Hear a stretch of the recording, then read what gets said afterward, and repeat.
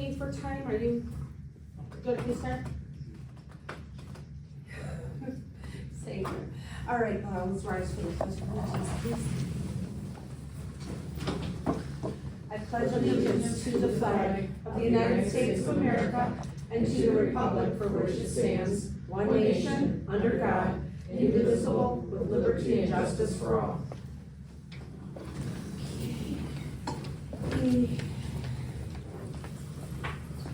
To start, I'll call the meeting to order. I guess I should come in for the pledge. Meeting of the curriculum committee, Wednesday, November 8th. And if I could have a motion to approve the agenda for the meeting. Anybody like to make a motion? Motion to approve the agenda for November 8th. Thank you. And second? Support. Support, thank you. All right. Motion and Valarie St. John support.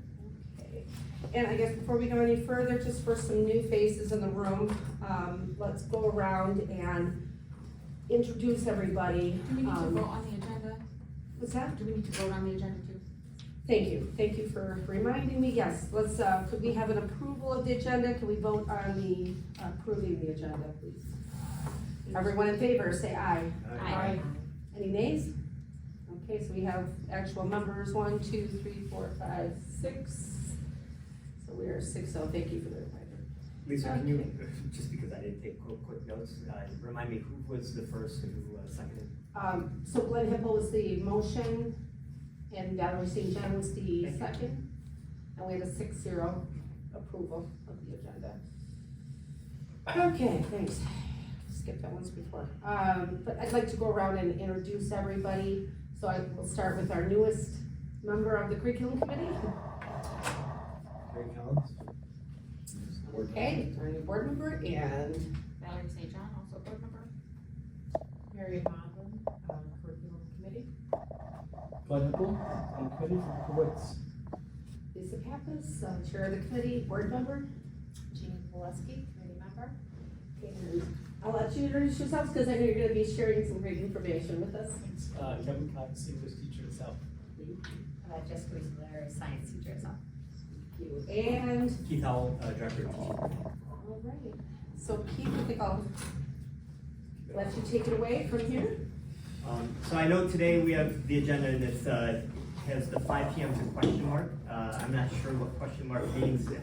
We were talking about maybe it would go to 8 o'clock. I'm not anticipating us having that long of a meeting tonight based off of the information that we're going to be sharing. But we do have some important information that we wanted to share with you today that went through our Educational Programs Leadership Council this morning. It's actually 2 courses that we're going to give some information about. You received it in your agenda. The first one that we're going to provide information to you, which was approved by EPLC this morning, is a British Literature and Composition semester conversion.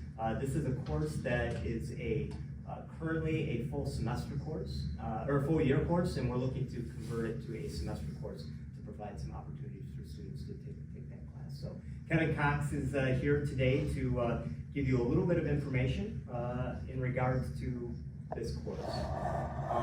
Up here is the start of the presentation. We always take things through EPLC, the Board of Education, when a committee brings things forth.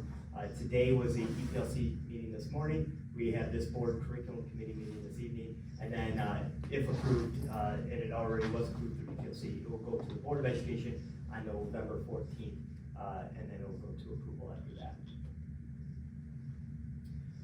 Whenever we review something, we always take things back to our strategic plan, making sure that we're cultivating educational excellence for our students and we're keeping the lens in every review process on our kids, wanting to make sure that we're providing the opportunities for them, but also making sure that we're keeping true to our strategic plan and keeping that educational excellence in fourth place.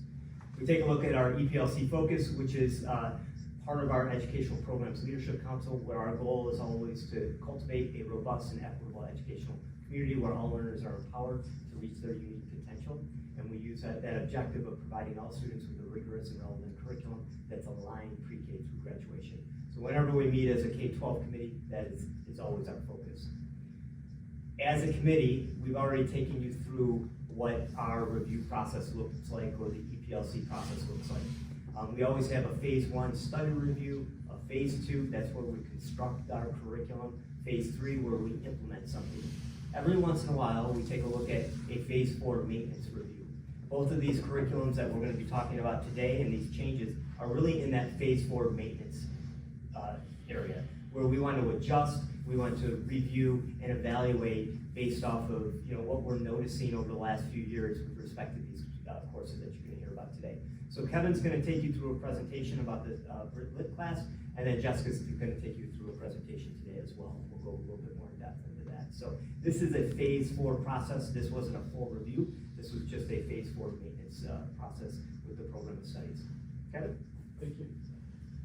So a little bit of background here about our British Literature and Composition program. Our current junior year requirements are either the Power of Language and or AP English Language Comp, and those are both designed specifically for juniors. Prior to those courses, we actually had British Lit and Comp as our default junior year college prep course, and it was a full year course. In recent years, it honestly has not run either at North or South, and so we believe that by condensing the full year British Lit and Comp course as it currently exists, converting it into a semester course, so half credit instead of the full year commitment, we'll actually hopefully be able to revive the program and get more students to elect British Lit and Comp. So, thanks. Again, we're hopeful that it's going to help us revive the course and make it stronger. So, if you want to take minutes for more, thanks. We've condensed some of the units, some of the core readings, so that it really is kind of a best of British Lit course. As a side note, we do have British literature through their entire studies at South, with the exception of American literature and composition. So students are getting British Lit in their English studies at South, but by converting it from a full year into a 1 semester program, we feel we'll get students who are more open to it because they can combine British Lit with debate or film lit or mythology or creative writing. It also is a course that would be able to be offered sophomore or junior year. And so, again, we might have some really strong English student sophomores or juniors who would be open to it as a semester credit, a semester elective, as opposed to that full-year commitment. And logistically, it's also advantageous because you could offer British Lit 1 semester, 1 hour during the first semester, and you could offer it another hour in the second semester instead of that full year block. So just with the Jenga game that is scheduling, or Tetris, we feel that this would be open to more students enrolling and getting the program to run. So ultimately, we're seeking permission to run it. Thanks. Okay, well, I hesitated to put this in, but then this actually was on the template, so I decided to add this. I honestly was wondering, do we even want to do this, or maybe just, is it time to table British Lit? But a couple of weeks ago, I had a former student who emailed me, and in particular, he remembered British Lit from the studies at South, and it was really nice and timely to get that boost to say, yeah, let's see if we can revive it, make it happen, and hopefully get some students interested in British Lit as a semester program. So, thanks. So, we would be interested in your permission to convert it from a year-long course that simply hasn't run in years into a semester course, and hopefully build some momentum, get some students to sign up for British Lit competition. Thank you. We'll open it up to questions. Kevin, thank you for presenting, and thank you this morning for presenting to UPLC as well. One of the things that came out of UPLC, I just want kind of everyone to be aware of, is typically with our program of studies at the high school level, when we get to 3 years of a course not running, we make a determination if we're going to remove it from the program of studies. This hasn't ran for a while, pretty much because it's a full year course, and kids want to opt for other, elective maybe courses, and can't take the opportunity to take up a full year or something to be able to take some of the other options. So Kevin, rather than saying let's remove it to the program of studies, has decided let's try to see if we can provide some opportunity for kids to have this experience. So, any questions that you have for Kevin? So I think I saw in the somewhere in the materials that there's no additional cost. The books that were used previously would be used for this. Correct. Past semester. And when would it start? Is it potentially something that could start in, what is the semester, and then start in January? It would start. Start in 2024. 25. Right. I think it's a great idea. As someone who taught singletons forever, and I've been faced where a class was struggling and we didn't run it for a few years, but in order to breathe new life into this and shorten it to a semester class, I think it's a great idea. I think I could be very successful with that too. Sorry, is there a corresponding half-semester course that would be recommended with it, or is that kind of just open? But really, one thing that's really nice at both North and South, especially about the senior year, is the elective choices. Debate, mythology, creative writing. So we, as teachers, shortly before, about 2 weeks before the actual scheduling, we actually confer with each student within our respective disciplines to talk them through what we recommend or what we think might be of interest to them, and then parents sign off. Any other questions? I saw some wonderful titles. I'm sorry, James. I just saw some. Go ahead. Would the power of language and, what was the other one? AP language. Yes, This they would still remain the junior, and students, if they wanted, they could take British Lit as juniors. If we often have really strong English students who might want to take the required plus an elective, a semester course such as British Lit. But yeah, they would remain our core junior courses. The others. I know just from me, I have the same experience that, when the graduation requirements have become so intensive for everybody that it's really kind of taken a lot of the high schoolers, ability to, experiment with different classes that they might like, and, that English loving kid, being able to take, when they have to check off X amount of math and science credits and language, foreign language and then other electives, so, I wholeheartedly agree. I think this is a great way to try to reinvent this and hopefully pull some students back into it. So I hope it does what you're, hoping it'll do. I think it will. Knowing my own kids when they went through South, that debate of what they were gonna take and again, I think, and maybe you can speak to this a little bit, but the 7-period day really gives our students at South and North that ability to take those extra classes, where that's not necessarily the norm in a lot of high schools where they have a 6-period day. It really gives our students that extra ability to take courses. And try it, right?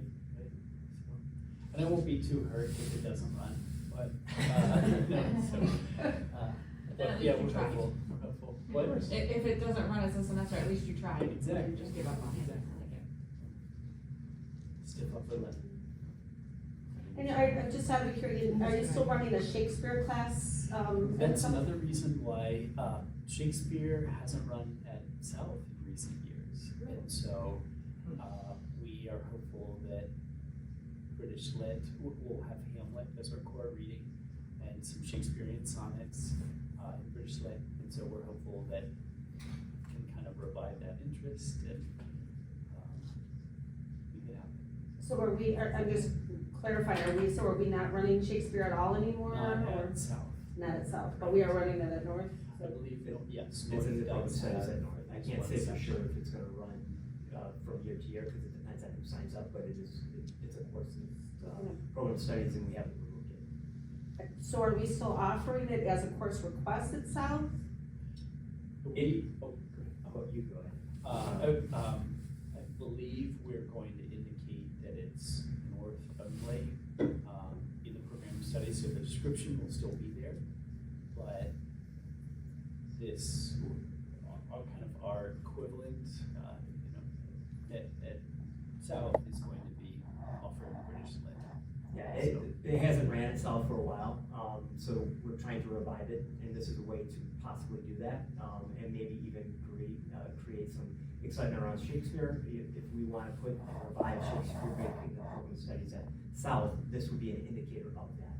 So if this runs next year, we would be able to see, what's the interest level. We do surveys, figure out from kids, from your individual conversations with students who say, all right, this is something that might need to be placed back on a course selection sheet to identify an option for kids to be able to take that Shakespeare class at South as well. And then at North, they don't offer British Lit, right? They just have the Shakespeare, is that, my understanding that right? Correct. That is Your correct. friends, okay. Well, I definitely think the semester option is a good one. It should help kids who want to take AP Lit too, if they want a cognitive that's gonna help them get more titles under their belt. That would be a nice one to add in. So, Lisa, just a question of clarification. So through EPLC, what we typically do is we'll get the presentation, we thank the member, and then we send them kind of on their way, and then we vote later in the day. This is kind of a new process for us here. I don't, and I know that it's kind of a voting component. I'm sure Jessica and Kevin would like to know, kind of what the results are, so we can plan for future program studies, implementation. So, it's up to you how you want to kind of move forward. Do we want to call a vote? Do we want to, are there any other questions? So bouncing off of, is there anybody, first of all, before we move any further, is there anybody that has any other questions or comments or anything on that semester? So just to clarify, because this was something we talked about too, whether, as a committee, we don't vote, the board votes, right, on things. So what we do here is what we try to do is to make the recommendation to the board and send that so that they're not, so, because we had in prior years, very long presentations at every board meeting that, sometimes went quite a long time. So we're trying to kind of save some time for that, maybe it's a little more convenient for you guys too.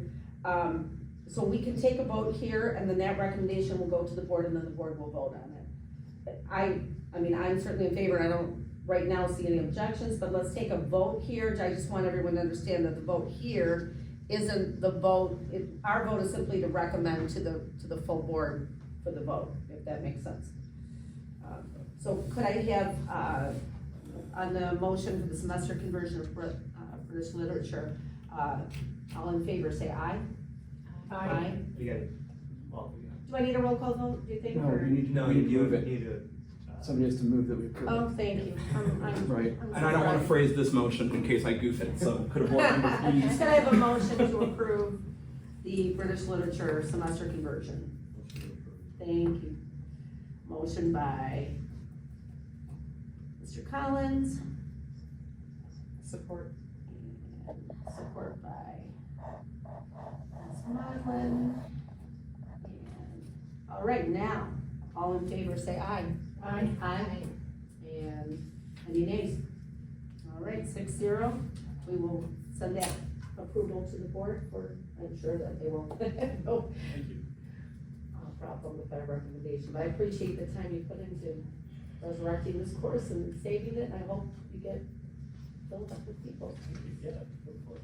So, and Kevin, just so you know, it'll go to the board on the 14th. You don't have to be there on the 14th. The process is the members of the committee come here, and then I give a brief overview that it's gone through EPLC, it's gone through the board, it's gone through your committee, and then the board takes the information. If they have any questions, they'll get back with me, and I'll reach out to you if there's specific questions.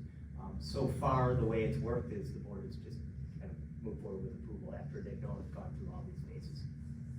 So, Lisa, are you comfortable with that? I'm totally comfortable with that, and I appreciate your time coming here tonight. Thank you for the presentation and information, and best of wishes.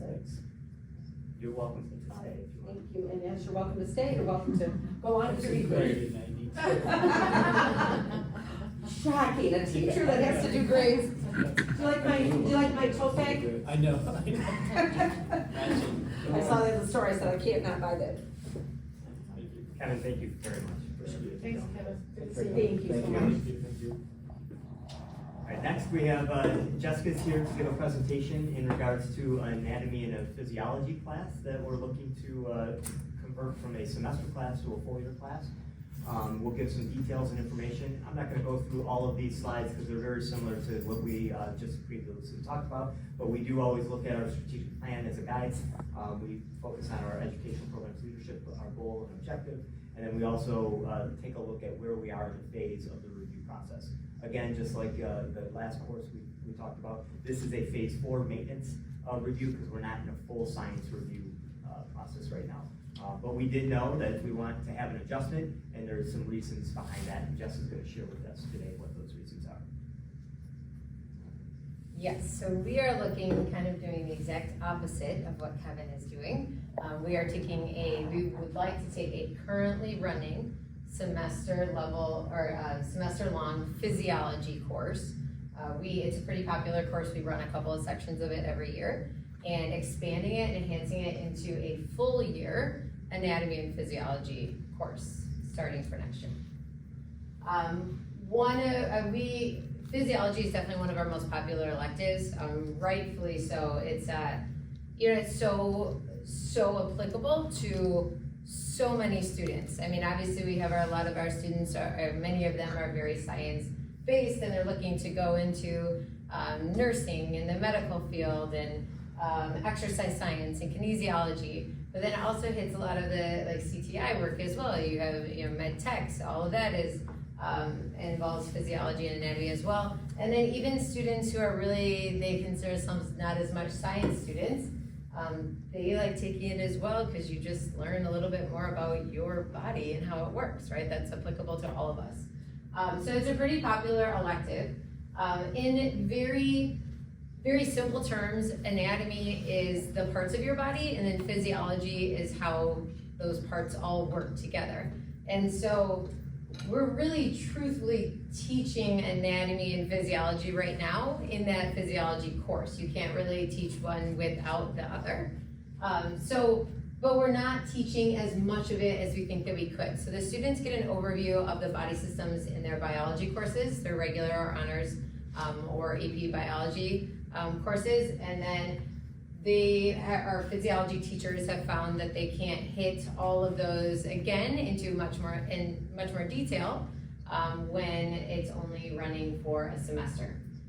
So we are hoping that I think that's the next slide I'm going to go in. We are hoping that increasing it to that full year, we get to cover more body systems and to teach all of that necessary anatomy.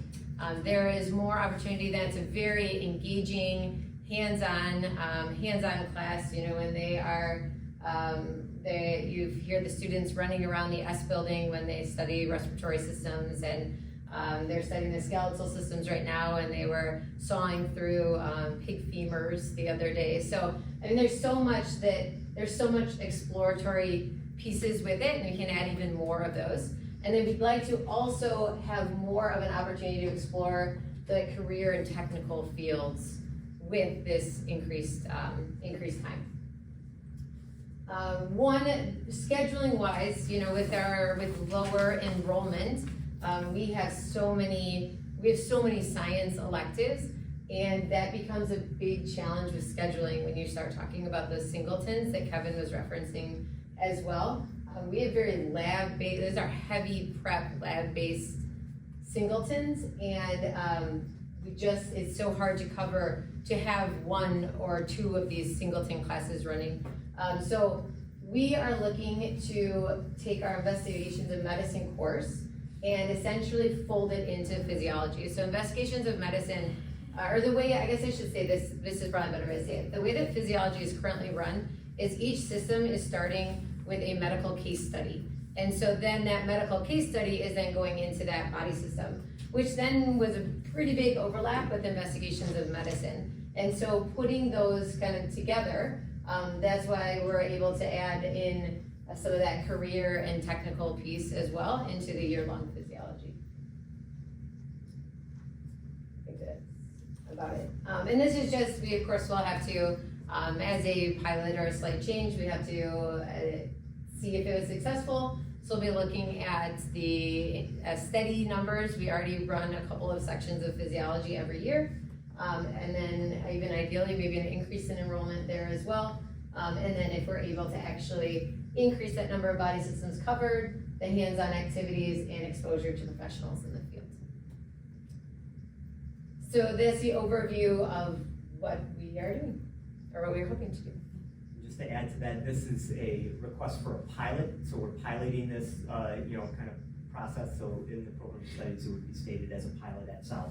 At South. At South High School. So we talked to, just for the connection to North, I talked extensively to Liz Michaels, who's the department chair at North.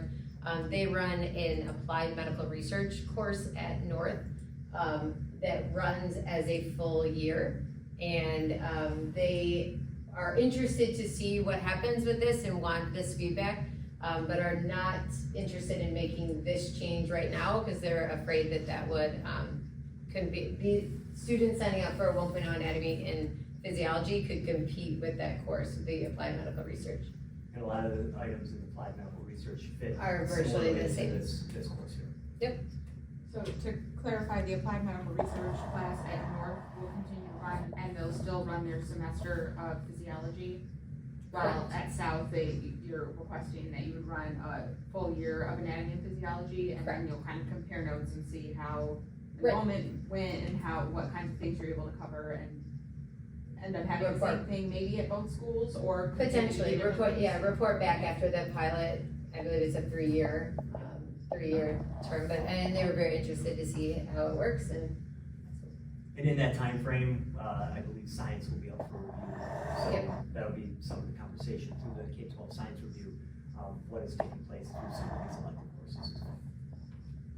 So is this course currently, or would it be, as a full year course, eligible for some sort of state-funded career and technical education now?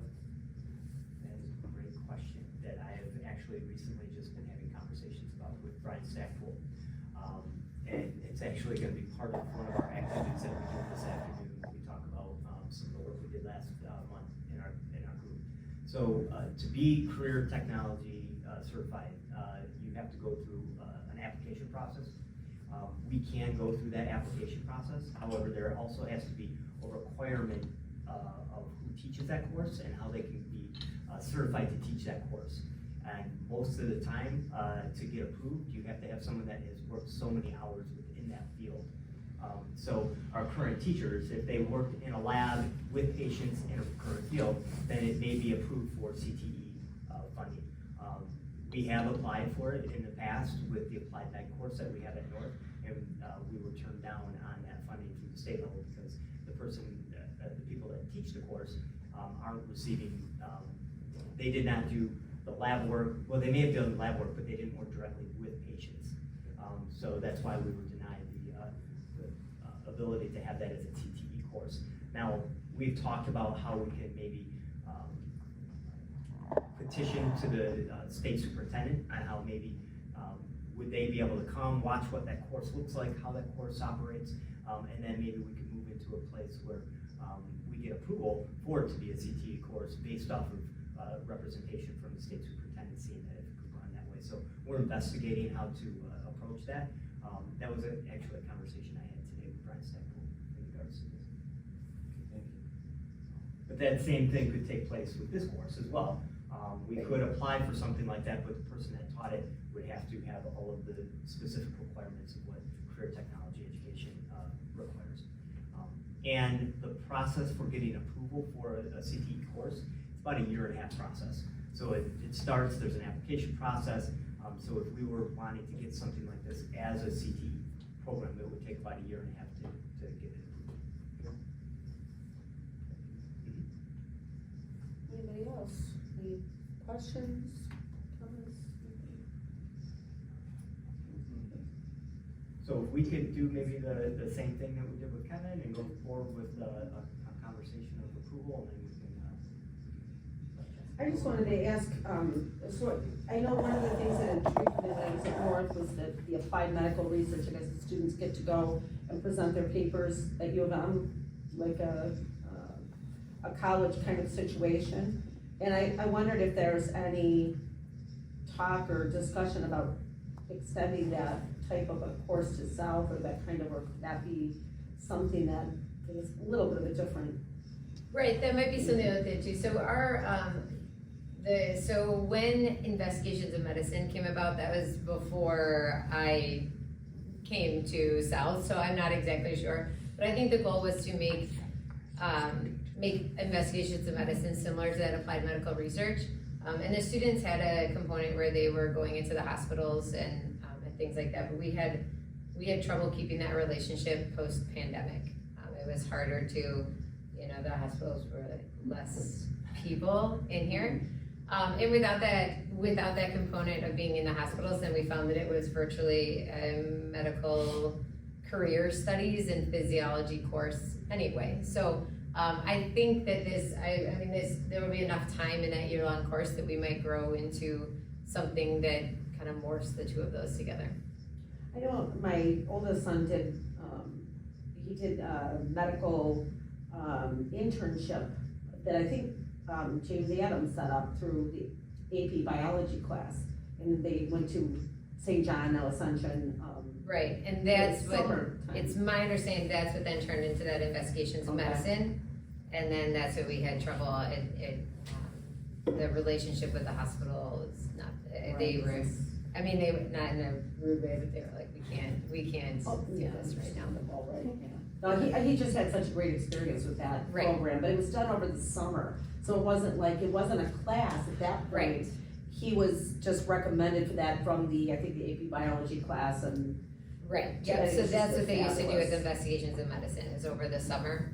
But we have a variety of medical professionals that have been coming in to talk, so we're trying to get that, at least some of those experiences in any ways that we can. Well, thank you very much, appreciate all your work and time, and looks like an exciting class, so. We'll again move, just like we did with the English, I have a motion to approve the pilot study on the anatomy and physiology program of studies. All right, motion by Jeanne Poleski, and I have a second. All right. Terry Collins for the second, and everyone in favor of recommending this to the full board, say aye. Aye. Aye. Any nays? All right, 6-0. This will be another, we'll have Mr. Howell come to the board meeting and give that short little intro, and we'll certainly highly recommend both of these programs. Okay. Thank you for coming. Jessica, thank you Thanks very very much. much. Thank you. I always appreciate working with you, thank you so much. Thanks. Take care.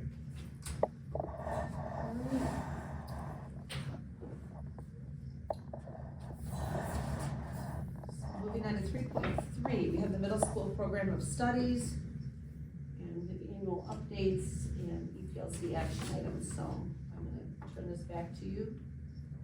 In your packet, and online that you received, and one of the reasons we didn't print everything out, it would have been well over 400 pages for all of you, so that's why we felt that the online, having everything kind of digitally makes the most sense.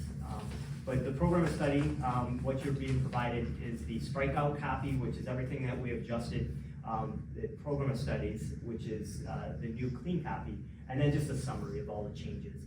And I'm not gonna dive into every single summary, but I'm just gonna give you a brief overview of what those summaries are, and then what our EPLC action item was. Typically, this is an annual update that we do. Because everything in the program of studies has already been approved by the Board of Education. So whenever we go through a review process, one of the parts to that review is they have to present with us a new program of studies language, what the course is, how the course looks, what resources we have, and how we vetted the process. And then we vote on it, and then it's put into the program of studies. So then once a year, everything that's been approved through this process, we just share with you how it's been updated in the program of studies. The middle school program of studies is a little bit different this time because we did have a shift in our 5th grade and 6th grade course electives and some of those types of things, which we've been having a conversation with as a team at EPLC with a variety of curriculum reviews and also with this board curriculum committee for the past, I think, since May. I think one of the first times I had a conversation with you was back in May. And then we talked about it last month as well. So some of the changes that you'll see is that there's name changes, there's formatting changes, there are things that were missed in the past that were already approved by the board, should have been updated in the program of studies, but was not last year, so that we made those corrections this year. There was an updated description of some world language items that were approved at the end of last year, so some texts that were approved that all of you were a part of that process in last year when we did that approval process. The main thing with the middle school program of studies, which needs board approval and also needed EPLC approval, which was approved today, is the fact that we are removing PE Plus from the program of studies, which was a course that we had, which was additional course for 5th grade students to be able to opt into. And then we also were changing our world language, and I'm gonna bring this up so you can all see this slide right here. We were changing this process for our 5th grade. So we're taking our 5th grade electives for semesters. We're having 5th grade Spanish, ELA extension, art and ELA extension, and then we were going to have a choice for 5th grade every other day, and then PE every other day. And the one component of that we had conversations about is that kids could select band and orchestra and choir and world language, but then they would not be enrolled in PE for that 5th grade year. And that was a conversation we've had extensive conversations with this group about. And I know there's still feelings around it, if this makes the most sense, if not, but we're in that space now, we have to kind of come to a conclusion. It was approved by all the committees, it was approved by EPLC, and now we're bringing it to all of us this month. And I know we had extensive conversations about it back in October. And then the 6th grade options that we're going to have is kind of listed on here as well, of what that would look like. The 3 things that we're going to do, if approved, this will be put placed in the program studies, and then as it moves through the program studies, we're going to take this year in the spring to take a look at course selection sheets, how it kind of moves forward our current programming, what it does to our world language, or excuse me, our music, the world music and choir course, what it does to band orchestra, and our current PE enrollment. So we're going to take a real close look at that and then bring that back information in the spring to see if we need to move forward with any more review process at the middle school level. So that was the main component of the middle school study. So I know you may have questions specifically about this. We might want to rehash some of that dialogue tonight. If not, we could just kind of move forward with making a motion to approve the curriculum or approve the program of studies and move forward. I think there's more discussion to be had in the future. I know there's a lot that we want to change about middle school, but I like that this has more music. I mean, you have to take either band or orchestra or choir and world music, whereas my understanding is right now they can take double PE and not take any music classes. So I like that there's more music in this, and I like some of the adjustments that have been made elsewhere to get kids more involved. I think there's definitely more conversation we had about bell schedules and extending lunch and things like that, but obviously we can't do everything at once. That would be too overwhelming, so. And some of those conversations actually are going to take place tonight when we go through some of our conversations about the work that we did last night, or last month, when we were talking about, what do we want to see in elementary, middle school, high school, and what are the other things. And I have an activity that we're going to go through today to kind of showcase where it is in the review process, and if it's not in a review process, what committee does it make sense to be, kind of place those ideas in. And we'll go over that today, but that's part of that work. Thank you for talking about that. Yeah, I think it's a step in the right direction for what we want. Are there any questions about the program of studies, or any information that you need to share tonight before Lisa pulls it to a vote? Well, I would just ask, the course request sheets go out, just to clarify, in November, is that? They're Or developed. January? They're developed So in the program of November. studies, is approved in November, then we sit down with counselors, develop the course selection sheets in December, goes out to students in January and submitted, after that, so. It's a pretty regimented timeline, and, it's important so we can sit down with counselors and get the information so we can, start having those conversations with students. Just like Kevin was saying, what they typically do is they'll take that course selection sheet before the kids fill it out and start having conversations with kids about what makes the most sense for them to take within their pathway. We want to make sure that our teachers and our counselors have that information so we can start that work soon. And then, when you get those course requests and you're now, confronted with that matrix of where everybody's gonna go, do you have some plans in place or what, to address, disparities in enrollment perhaps between different sections or, I mean, it could be a good problem, right? You have, more than you anticipated, is that? Yes, and middle school principals are really good about scheduling and how that looks like, when they receive the course selection sheets. So then those course selection sheets inform how we staff as well. So when the course selection sheets come in, we're able to make a determination of how many FTEs, full-time equivalents that we need for, each particular grade level, each course, each content area. So it's a huge puzzle. But typically, I heard the other day that, at South, they regularly talk about, the percentage of students that get their first choice. They really wanna make sure that they have their kids taking their first choice. That's one of the things I have on the docket for next week, when I have, meetings with our middle school principals and our, high school principals, is what is that percentage of kids that get the first choice? And, how do we make sure that, we're offering, as many courses as we can, but still without oversaturating the program studies. One of the concerns that we have with staffing some of our courses is the fact that we have small buildings. When you have small buildings, it's hard to offer everything. You go to a district like Chippewa Valley, where my kids go to Chippewa Valley schools, the code is so huge, if 2% of the population wants to take a course, they can usually run that course. Here, because we're a smaller entity, it's harder to run course with only 2-3% of our population wanting to take that course. So there's pros and cons to having big districts and small districts. I love the fact that we are a small district because it has that more family feel. Kids know the teachers, teachers know kids, principals know all the kids. I mean, those are all great things that we have in place at Grosse Pointe. But some of the concern is just how do we make sure we're still offering a robust schedule for kids. Kevin today gave a great example of how we can make that work by maybe taking a look at some of our electives.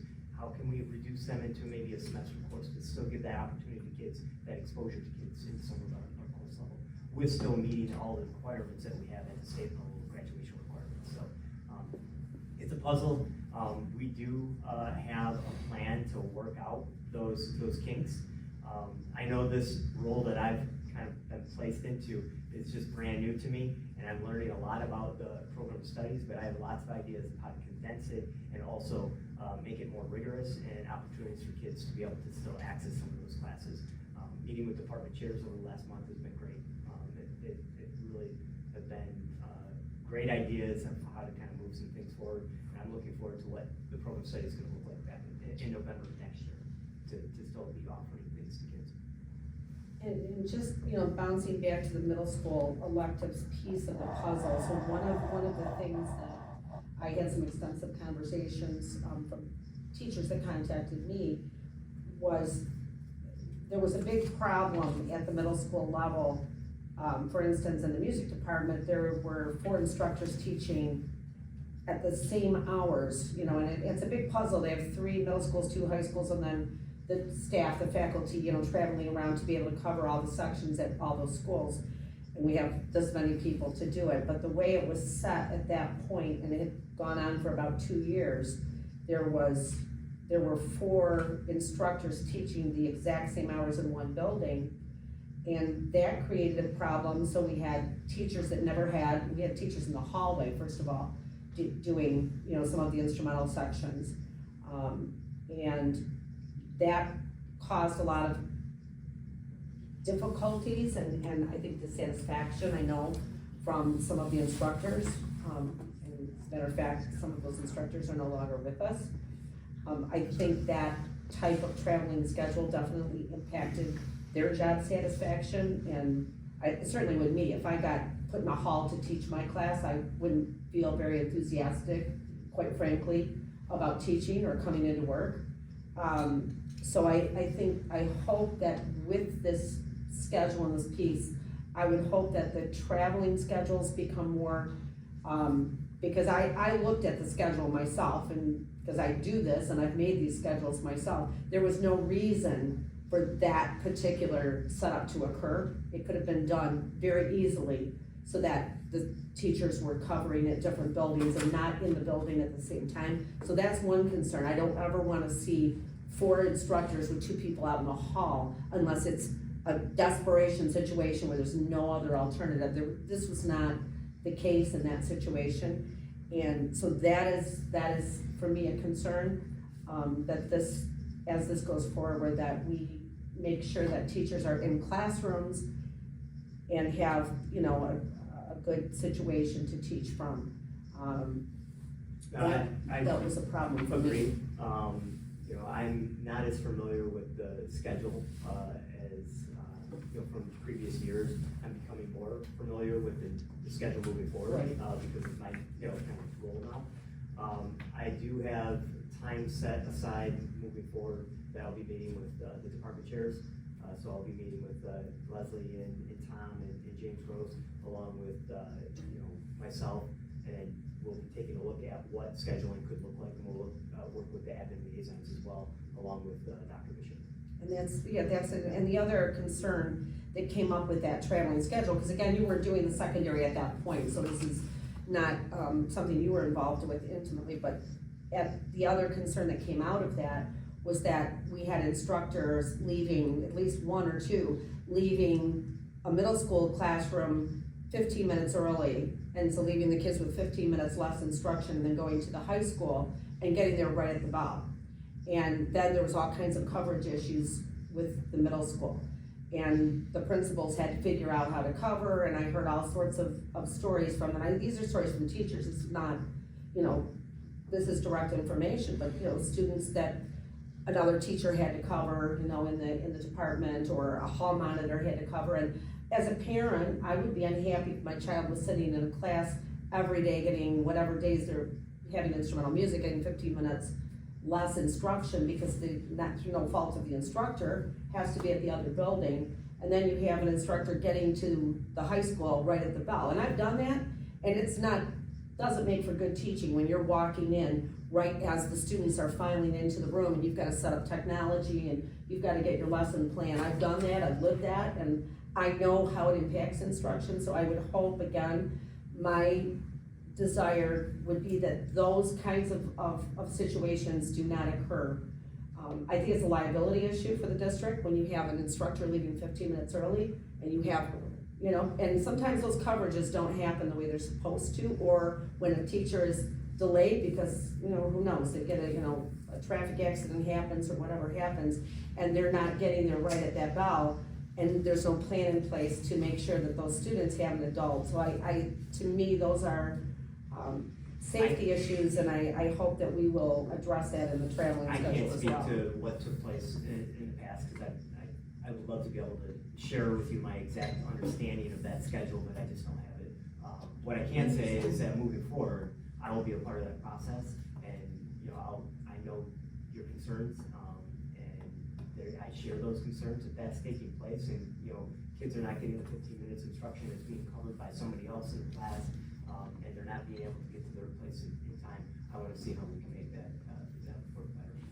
I appreciate that. Yeah, that's, to me, those are important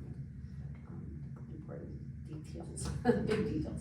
All right, so moving on to the summary of changes on the middle school. I think this is a work in progress. You know, obviously what we've had in place since fifth grade was put in the middle school was, you know, not optimal. And so I think, this is a better alternative than what's been there. Interested to see how, and I hope we can continue evaluating and working on the middle school program to make it optimal for our middle school students. So with that, could I get a motion to approve the program of studies, the changes that have been made to the middle school? Motion to approve the changes to the middle school program of studies. Okay, thank you. Motion by Mr. Hippel. Second. Second. Thank you. Ms. Modlin, support. And, all in favor say aye. Aye. And any opposed? No nays? All right, 6-0. We will recommend that to the full board. Thank you for 6 good months of conversation on those issues. No problem. It's been great. 3.4, we have the high school program of studies. Dave, So the high school program studies is very similar to the middle school. However, there's not an approval process into this because we're not necessarily changing. Actually, you've already approved 2 of the things tonight. So you approved the component with changing the lit class from a full year class to a semester, and then you also approved the presentation with anatomy and physiology being a full year class. So those 2 things are added. I anticipated that they were going to pass. I was hoping that they would. So I did add them into the program of studies, knowing that if we needed to shift that, I would have just deleted it and we would move forward with the current program of studies. Most of the changes in the summary are very similar to middle school. Names, dates, some spelling changes, like someone changed their name, those types of things, through marriage and stuff like that. So some of those changes kind of happen. We also have the world language text and information that was changed and updated that was approved last year. The anatomy, physiology, and also the environmental science. We also have an environmental science course that was in there. It was in there twice in 2 spaces, and it didn't need to be in 2 spaces, so we moved it from the 1 space and just let the course be in the correct space. So there's just some cleanup that took place. The program of studies and this whole process of EPLC was put in place in 1986. And it's been in place for such a long time that we've had so many different authors of the program of studies. And with every adjustment, there's been kind of a little bit of a shift. So I asked all of our department chairs to really take a closer look at their particular program, their program of studies, and if we needed to change some of the language and make it more current or more clear to students when they were looking at the program of studies or what that course was. And what they found is some of the courses, we didn't change the curriculum, but there was some adjustments in just the language in the course program of studies to make it more clear to students and families when they were reading it. So some of our department chairs over the last month really dove into that work and shifted some of that language. So those are some of the things that you would see in the summary of the program of studies. No major changes. Everything is the same curriculum. Everything that's in there has been already approved by you as a board, by the EPLC as well. It's just kind of all now in one place and going to print so that we can send it out to families to review before kids start selecting courses. That's an easy one to clean up, updated program of studies. So could I have a motion to approve? I make the motion to approve the high school program of studies. And support? Support. Mr. Collins for support. And not roll call, but all in favor say aye. Aye. Any opposed? All right, 6-0. Moving on to 3.5, phase 1 overview of Young 5 through 12 art. Almost forgot about this one. This one is actually an easy one to present. There was an EPLC action item to this. The Educational Program Leadership Council has a specific committee structure that takes place. That we're supposed to have so many parents, so many teachers, so many community members on the review process. Certain contents, when you're in a review, you don't have as many teachers within that discipline. So if you look at K-12 art, and Glenn probably remembers this from doing some of the music reviews, you don't necessarily have as many teachers that are teaching that discipline to fill an entire committee. So the art has asked for a shift in their committee structure size because it's disproportionate to the size of the entire department. So our committee structure is gonna look different. So they're asking that we have 3 parents on the committee, 2 students, 6 teachers, and they're already kind of naming who those teachers are because there are already teachers that are involved in the review process, and then the 4 admins. So they're just asking for an adjustment in this committee structure. This is a routine in nature type of approval. EPLC approved it this morning, and we're just going to be taking it to it typically doesn't go to the board for approval.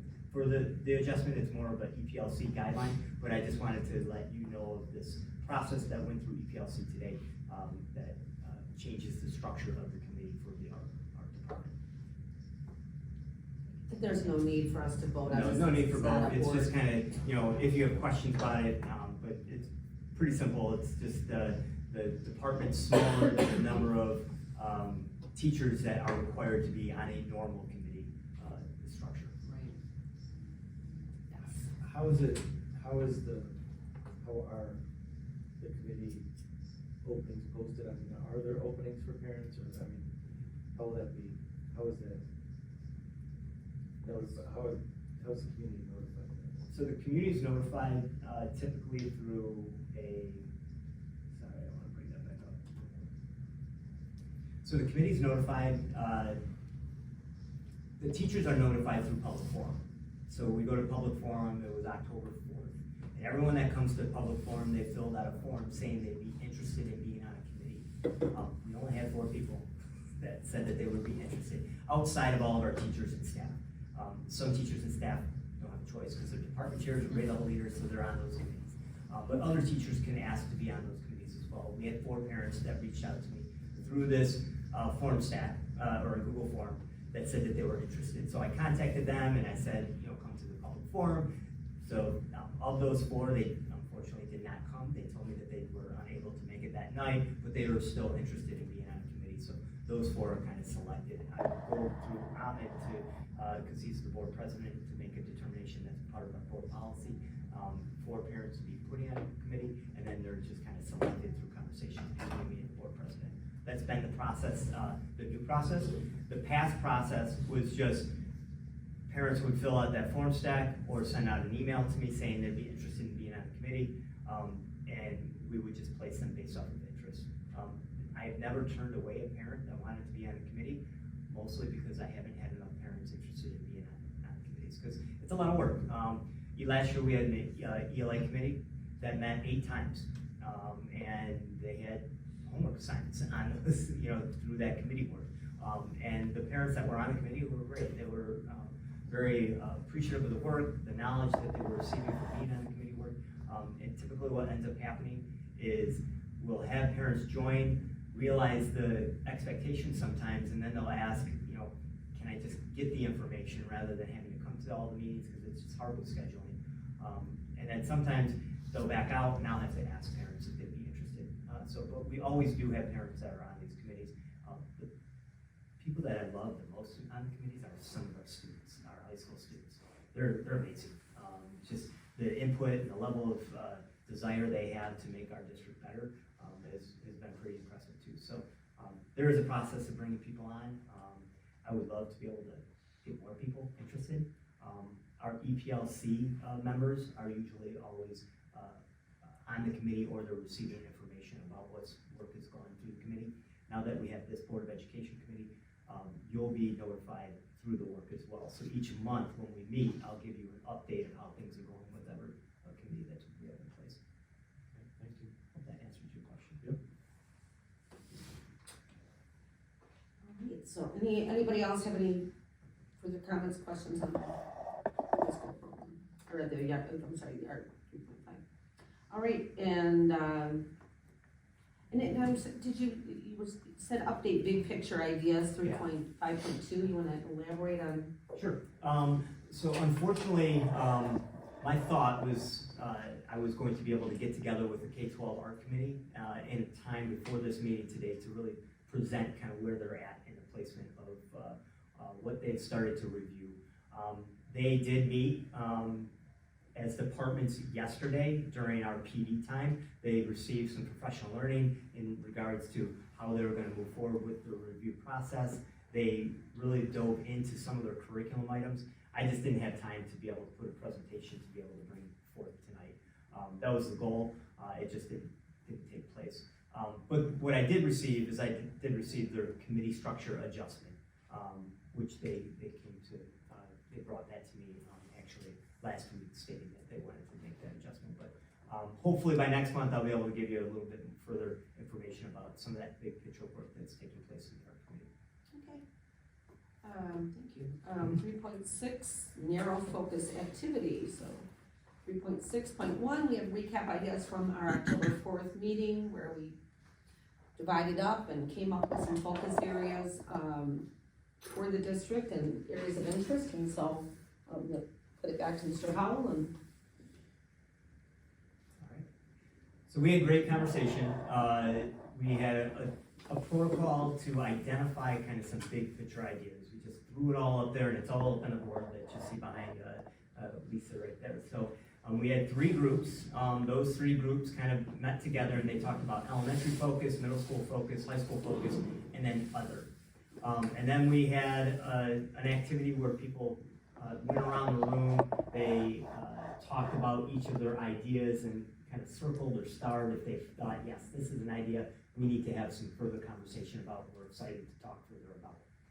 What I did on this document up here, and it might be kind of hard to see, let me see if I can make it a little bit bigger for everybody. I took all of the detailed ideas and I put it in a spreadsheet. So some of the thoughts and ideas, and this was my interpretation of the data that we kind of took last week, of where the initial interest was. So we have digital citizenship right here. It seemed like there was strong committee interest of talking about digital citizenship because each group kind of had conversations about that and we circled that. So I gave that a 3 because every group, and we had 3 groups that had conversations, talked about digital citizenship. And then I put on here where it falls under the curriculum review process and what year in the review that takes place. So at the elementary level, we have digital citizenship. We had lots of conversation about it. It is being reviewed right now in our library curriculum, and it will be reviewed in our adolescent health curriculum because digital citizenship is a component of some of those conversations in that curriculum. And we are reviewing that in 2024. However, library is actually in review right now. So it's kind of looked at the digital citizenship in 2 places. In our library curriculum, it's also looked at in our adolescent health curriculum. Writing was an area that didn't have a lot of energy in the room, but it was something that we talked about. That is in our curriculum review process as well, through our ELA curriculum. And the next time we review ELA is in 2029. World language, there was some conversation around it, mostly around our AP world language, making sure that we're planning to make sure kids, are being prepared for AP courses in world language. There was conversation around that. That is part of our curriculum review process. And the next time that's up for review is 2027.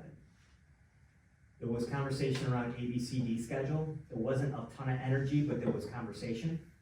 I personally would probably add another 1 or 2 energy kind of components to this because I have some interest in looking at our ABCD schedule at the elementary level, but that's just from 17 years of being in the district, managing through our ABCD schedule, and also doing the scheduling for it. This is not on a curriculum review. ABCD schedule is more of a structure of our school district. So the question would be of this committee is, where would that fall? What committee would that fall under? Would it fall under Would it fall under our policies and contract committee? Would it fall under our finance and facilities committee?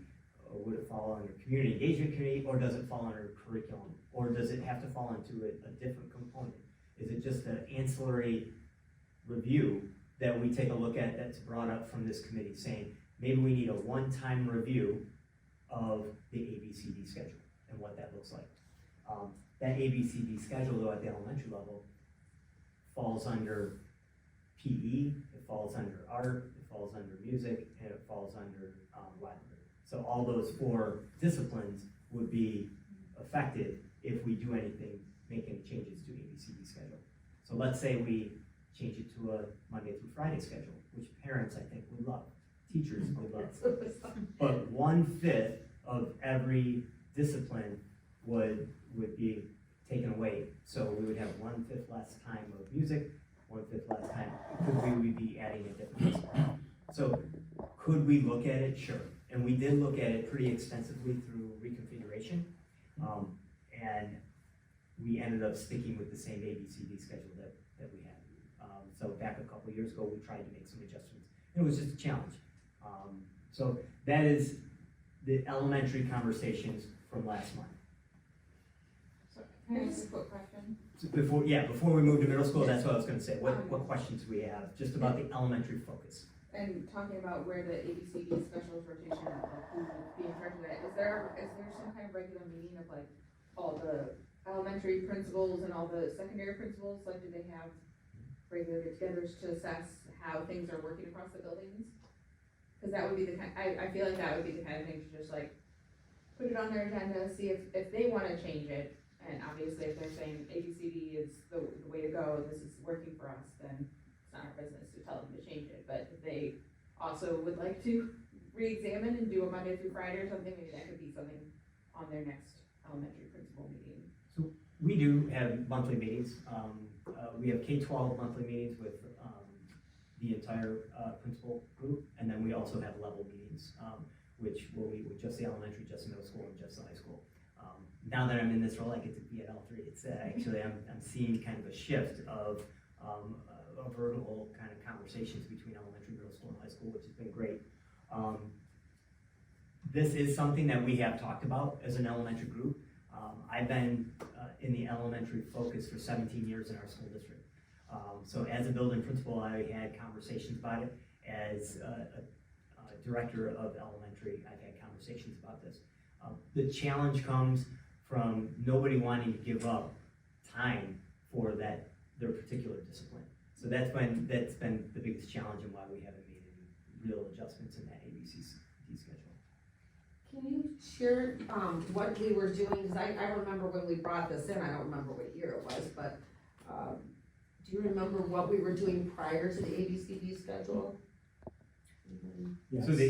So I might have more information on that. The ABCD schedule has been in place since I have been in the school district 17 years. So I'm not sure what was done prior to that. I can tell you what we did with Spanish, when Spanish was part of that rotation. I don't know if there was a different type of schedule before that. Glenn, do you know? The ABCD schedule was put into place in the fall of 2003, first time. And I think it came about as a result of an elementary study, first of all. And I remember we re-examined it later, and you were here at that point, and called the Elementary Time Allocation Committee. Mm-hmm. And I sat on that one. So I've done this at least twice. Prior to the ABCD schedule, students received PE twice a week for 30 minutes, music twice a week for 30 minutes, art once a week for 45, library once a week, I believe it was 45 minutes, which was a puzzle and a half to put together, and we made it work. But it was a Monday through Friday, and it had no rhyme or reason to it. Sometimes a teacher had 2 and 3 plannings on one day, but not on another, and they agreed to that in advance, I mean, begrudgingly always, and we had more staff and more everything than we were doing that. But that got changed because teachers never had their students in class all together for more than 15 minutes a day. I remember Donna Bednarczyk proving this when she showed her schedules, that I had my kids together for 20 minutes on this day, and so that's why it came about. And we re-examined it, we added Spanish, there's been a number of changes to it, and I agree with you having scheduled it as well, you know, at the full district level. It's a beast sometimes. I mean, it's designed for schools that have 4 sections of everything, 2 per per school, and we don't have that anymore. We used to have more schools that did. And then when Dr. Reddick, is that correct? Is that name is right? Okay, from the back of the mind. That was, it was like, I remember that was a big piece of it, was that 4 block was such an essential component, and then we could never really do that. So we shoehorned it, like we do sometimes, and we made it work. The best schools to put the 4 block system in was a school that had 12 sections or 24 sections. So Monteith was easy to schedule, because they usually had 24 sections back when I was building principal there. You know, we had 580 kids, we had 24 sections, 1 teacher filled the entire program. And then we also coupled 12 and 12 schools. So if you had a school that had 12 sections, like a Mayor and a Richard back, 15 years ago, you could couple those 2 schools together and share teachers between those schools. What the challenge was is when you had a school of 15, or a school of 14, or 13, and then all of a sudden you had this one piecemeal that you had to fill, and me and the role that I have, I get to do that work, and it's become kind of second nature to talk about the schedule and kind of develop it. I don't have too big of a problem doing the schedule, the ABCD schedule. The challenge though comes in is sometimes you have to have classrooms out of blocks, which means that students might have to go to an afternoon block one day, but then the next day they're in a morning block, not with the same grade level, so that becomes a little bit more of the challenge with the ABCD schedule, without having 12 sections per building or 24 sections per building. You didn't even think about multiples of 4 being necessary, but thank you for the historical context we've already done a committee on this, and that was the best way we could do it. All right. Yeah. And then the other challenge was when we did have Spanish in part of the rotation, because we did a half year of Spanish, half year of library, and it was kind of a flip-flop. We used to do it with just 5th grade, when 5th grade was at the elementary, and then it moved to 4th and 5th, and then it went to 3rd, 4th, and 5th. So it actually made it easier when we added the 3rd grade, because then it was a full afternoon of a section, 3rd, 4th, 5th, so it didn't create as much travel time between teachers. The other thing that helped is when we were able to add some additional enrichment time or educational support time, which we call MTSS time within the schedule. So if you were an art teacher and you had an open block, you would use your discipline to do some sort of disciplinary literacy kind of focus to support kids. Glenn probably remembers that from when he was at the elementary level doing that kind of work as well, where you would have that MTSS block. So that kind of reduced the travel time when we added that into the schedule. But we do not have that any longer within the schedule. It's pretty straightforward ABCD schedule, and it's a pretty tight schedule now. Okay, so those are. So that's the elementary component of things that we're having a conversation about and where it lies. And I'll talk to you when I go through all of these items. We could talk about kind of questions and conversations about them, but then we'll talk about maybe for next time how we can do a protocol to gain even further direction and narrow a bit of our focus. At the elementary level, or middle school level, we talked about a 6-period day, which we currently have, versus a 7-period day. What could that look like? There was a lot of energy and conversation around that. That would be a cost to the school district to do something like that. It is a benefit at the high school level, which we heard that today in our presentation, how nice it is to be able to provide kids with all these opportunities because they have that extra period. We do not have that at the middle school. We talked in heavily conversation last month about honors courses and what that could look like. Talking also about traveling teachers. Is there an opportunity for teachers to travel from the high school level down to the middle school level to provide honors opportunities for our students in 8th grade that might be able to take 9th grade type courses so they don't have to travel back and forth. Challenges around that is really the number of students we have, in our buildings. Are we able to do something like that? And, that would be conversations that we would have better understanding about if we dove into course selection sheets and did a true study around that. Similar conversations to honors would be magnet vertical programming. So what does our magnet program look like at the elementary level with our 3-4 program? Could that expand to 5, 6, 7, 8? There were conversations that we had about around that. We had a conversation last month about advisory, what that could look like. Could it be incorporated into SEL? And then also those 4 areas. So those 4 areas are not part of curriculum review. Those areas are not kind of embedded into our curriculum matrix of when the next time we're gonna review those items. Now, just like we talked about ABCD schedule, we could have an elementary study to look at ABCD schedule. Maybe we have a more in-depth middle school study that focuses on those particular areas. And we as a committee could say, or the board could say, please do a study in the area of middle school, in the area of 6, 7 hour period day, honors, magnet program, and advisory. And then we could bring that information back to the board for some kind of review of information. Adolescent health is on our curriculum study. There wasn't a ton of conversation, but there really didn't need to be because it's gonna be up for review next year anyways. That's when we'll have lots of conversations about adolescent health. Our program is outdated. I'm looking forward to having conversations around what that looks like and how we can support that in a better way. We also talked briefly about recess, longer lunches, and then more alignment with 7th and 8th to high school. Again, those aren't on any particular curriculum study, but we could have an ancillary middle school study to focus on these particular areas. So that was part of the conversation last month. It's just here in kind of a review of where the energy was, and I just wanted to bring that to kind of more as a recap for what we did last month. Thoughts, questions on any of that information? I know it's a lot. It's a lot of information. So then we went to high school, and there were conversations around high school. One of the things about environmental focus, I'm not 100% sure what that meant.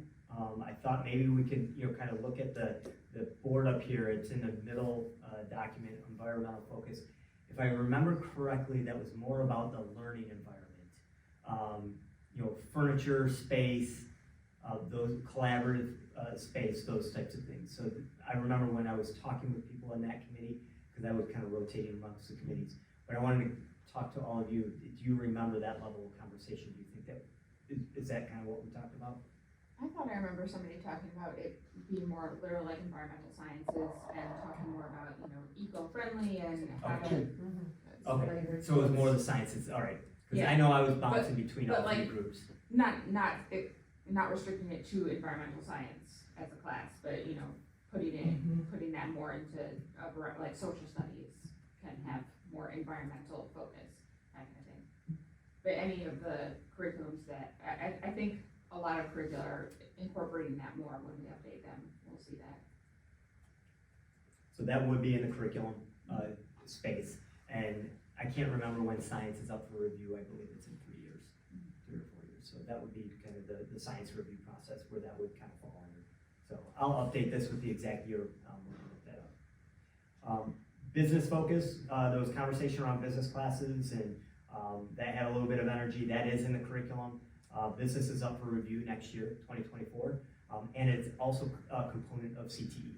So Brian Sackpool and I actually had conversations just about business programming and what that looks like and how that is part of our CTE programming as well. We also talked about support encouraging elective programs. Wasn't a lot of energy around that conversation, but the conversation was there last month. This is definitely something that is going to happen. We're taking a deep dive through EPLC, we talked about it today, looking at our program of studies, and looking at things. One of the things we talked about today during EPLC is how do we look at things from a zero-based kind of planning process? What is necessary? What is part of our graduation requirements? We already know what those are, but then developing pathways that are not just horizontal pathways, but maybe vertical pathways that if a kid changes their mind and when they go into high school that they can shift some of their pathways. Because we're still working with kids that are 12, 13, 14, 15 years old. We don't want to develop the career path that they're still exploring. So how do we create those options? And I think Kevin today gave an example of that, wanting to revitalize something to bring back to maybe kids can have that exposure, that experience. So how do we continue to provide exposures and experiences to kids? and then a clear view of a pathway when they get into high school of what they can access. We talked a lot about that today, this morning through EPLC with math. So right now, math, sometimes you can be a fourth grade math scoring really, really well, and you get placed in a pathway. And all of a sudden your math pathway kind of is formatted as a fourth grader. So we talked a little bit about how do we still allow kids to accelerate if developmentally they're ready to move even to higher level math courses and not just be pigeonholed in fourth grade to do so. So we've been talking a lot about what that could look like, and that's gonna happen through our math review process that takes place next year. The other thing we talked about is more transparency and consistency of course offerings. That's really connected with that encouraging elective courses, so it's kind of linked together. AP World Language, just really planning for that, making sure that kids have that experience. That is up for review in 2027. CTE expansion, that is part of our curriculum review process. However, we don't have a specific date that we regularly review CTE.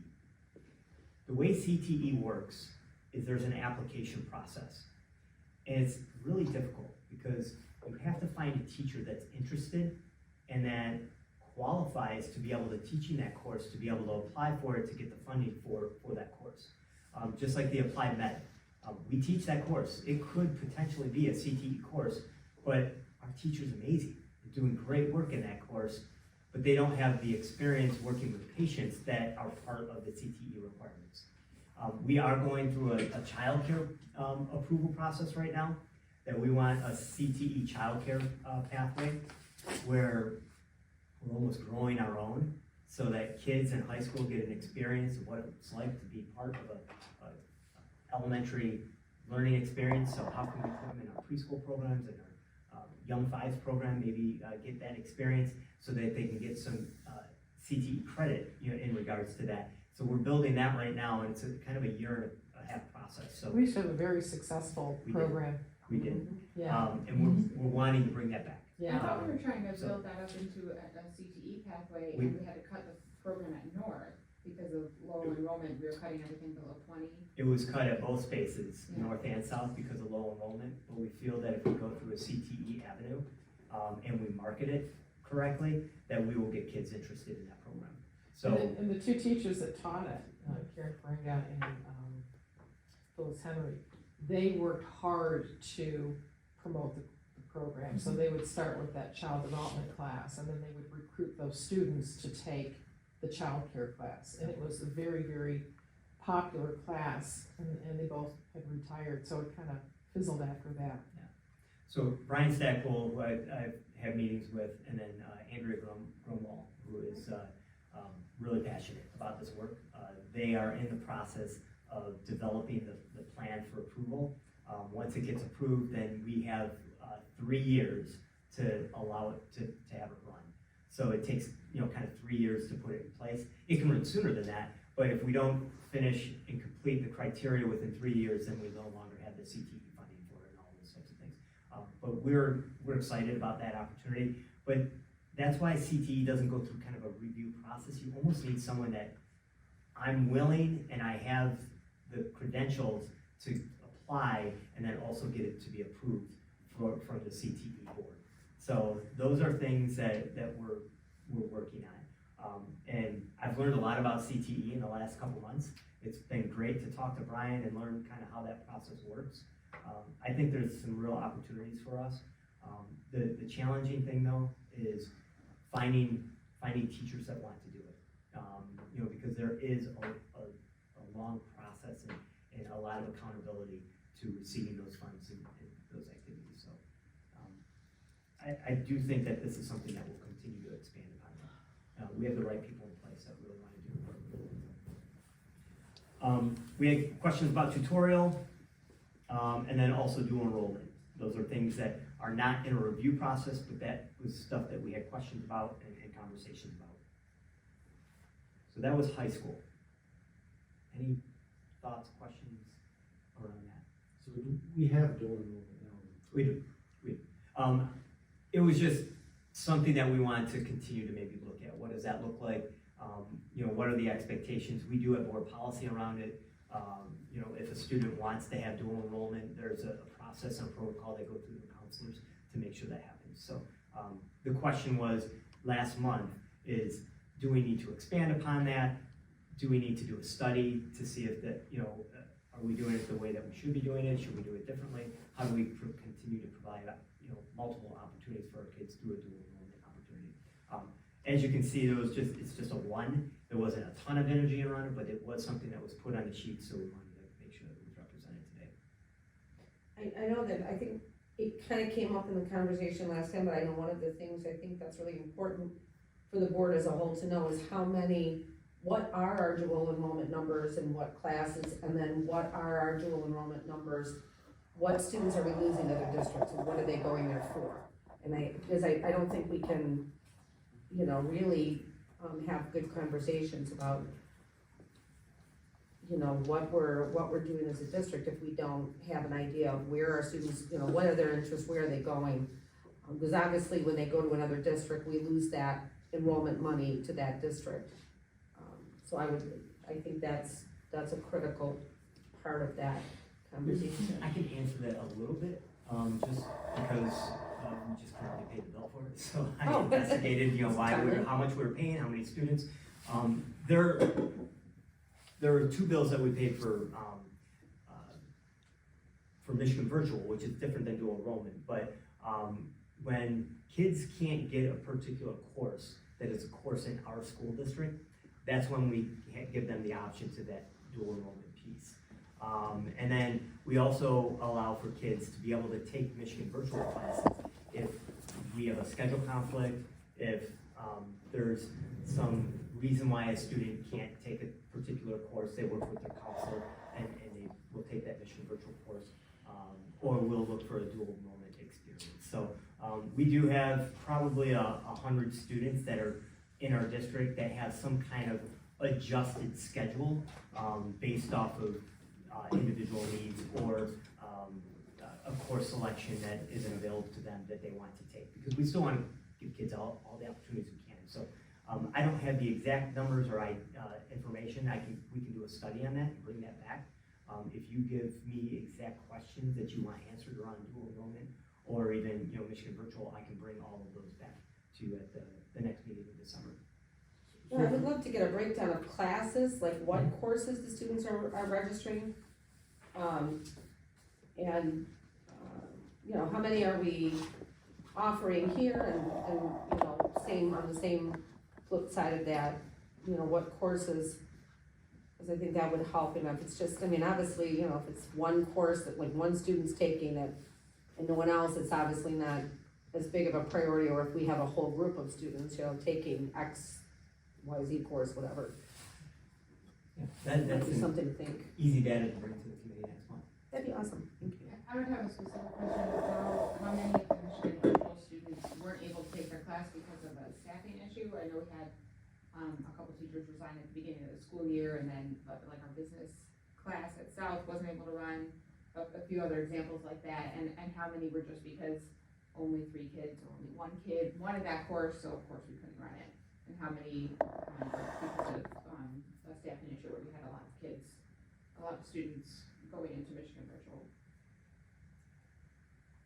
So if the student takes Michigan virtual as one of their 7 courses during the day, do we lose 1/7 of that student in the head count? I don't believe so, because we are still having the mentor, which is our staff, and they're still a student of our district. We just have to pay for the Michigan virtual course. Okay. Same thing But with- I can look that up to be for sure. So I don't want to give you an exact answer, but I will look that up. And same on, like, so if it's dual enrollment at a college versus I don't know if we have dual enrollment in our school system, but I guess the same question, right? Because for some, there's a question out there, in the number of students that show up in our head count that are, for some reason, shown in Berkeley, and they're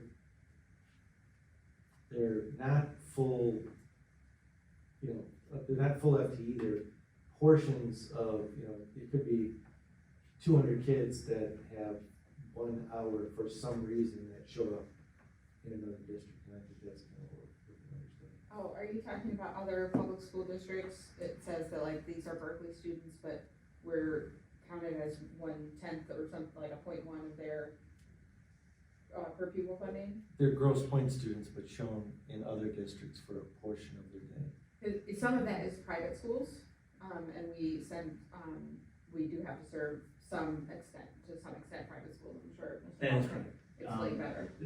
I will look up that answer, Terry, for you. Okay. I really think that I'll be able to gain that data very easily. Yeah. But I also know that we do have a portion of students that we have to service because we're in a consortium Yeah. of kids. So I do think that some of the FTE is connected to that as well. So I can get a breakdown of both. Yeah, it was more, they were identified as Grosse Pointe residents, or students who would fall within the residency requirements of Grosse Pointe that for some portion of their day were shown somewhere else.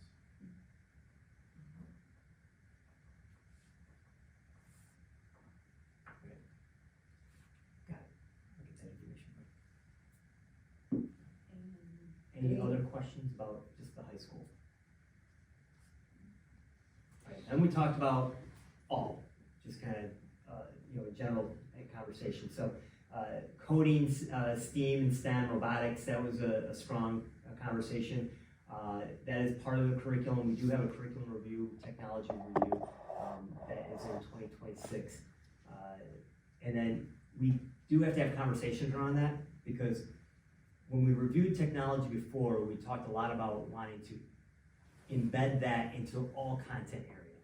So usually the review, the technology review, it's just a quick understanding of what the ITSE standards are and the new standards specific to technology, and then where are the correct places to implement those. And it's usually in our library curriculum.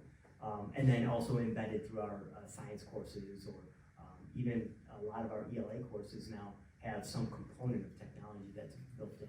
So those are things that we have conversations about, and the next time we talk about it is in 2026. Gifted and talented is something we talked about, similar to middle school with the magnet, so that was some energy around there. And then cybersecurity and safety, which is also a CTE course that we once had, that was taught by a teacher, that had lots of energy and excitement around there. That course kind of comes and goes based off of teachers that we have that are able and qualified to teach that course. So I did talk with Brian Sackville a little bit about that actually today as well. We're talking about what that could look like, that cyber safety and security course moving forward. Because there's a lot of opportunity. If a kid wants to be an engineer going towards one of the big three, this is a course that could help kind of guide them in that direction. So we want to look to see how we can revive some of that CTE coursework as well. But then also the safety component of things is also part of our library digital citizenship curriculum, and we also talk about that through adolescent health now, which we never had to do before. But really, we live in a digital age where we have to have a lot of conversations about the safety of using our technologies. So that was kind of the all conversation. And then there's an other conversation. We talked a little bit about IB programming in our school district, the effectiveness of PLCs in our school district. How do we create more SEL integration? There was kind of some energy around that when we had conversations last month. And then a lot of conversation about grading consistency in each group. So I know that we had the equity and grading book study that took place last year. There was a committee, and it kind of shifted into not moving forward.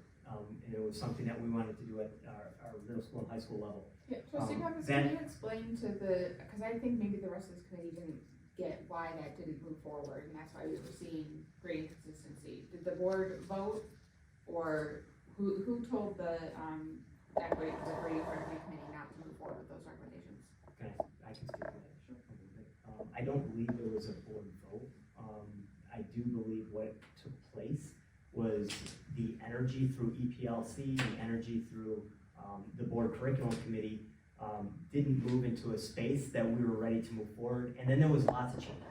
that was going on. You know, Dan Hartley, who is leading that committee, he has shifted into, you know, a different position in another district. I am now kind of taking on this experience in this role.